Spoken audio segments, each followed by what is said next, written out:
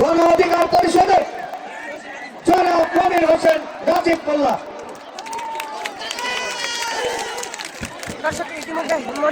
সংগ্রামী বন্ধুগণ, আজকে মনে খুব কষ্ট নিয়ে এখানে এসেছি। আপনারা জানেন আমাদের দল গণ অধিকার পরিষদ বিএনপির সাথে জোট করেছে, কিন্তু অত্যন্ত দুঃখের বিষয় আমাদের শিবচরের চৌধুরী পরিবার খুনি ফ্যাসিস্ট শেখ হাসিনার দোসর এই শিবচরে তাদের চেলাপালা নিয়ে আবার বের হয়েছে। তাদের এই দুঃসাহস দেখে আজকে আমি এখানে এসেছি। আজকে যদি কামাল জামাল নুরুদ্দিন মোল্লা ভাই হেরে যায়, হেরে যাবে কৃষক শ্রমিক জনতা, হেরে যাবে শিবচর, হেরে যাবে আমজনতা, হেরে যাবে যারা জুলাই আন্দোলনে আন্দোলন সংগ্রাম করেছে।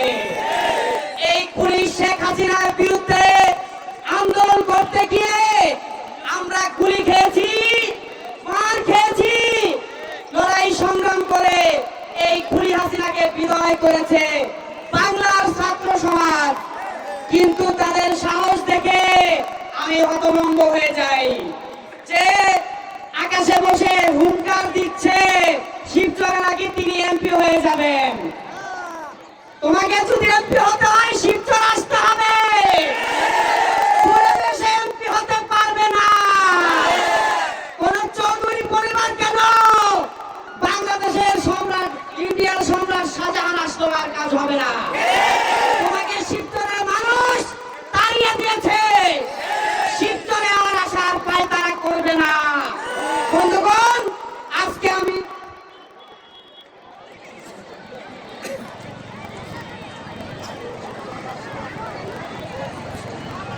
আপনারা দেখেছেন প্রশাসন, আমাদের শিবচরের যে প্রশাসন আছে, আমি বলবো মেরুদণ্ডহীন একটা প্রশাসন।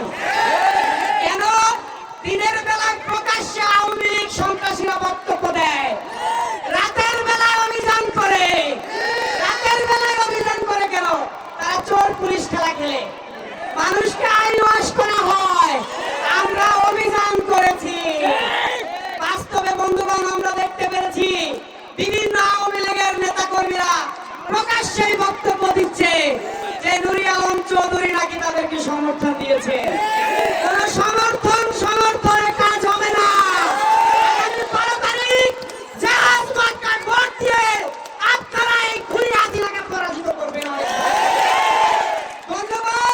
বন্ধুগণ, এই পর্যন্তই আজকে। ভালো থাকবেন, দোয়া করবেন।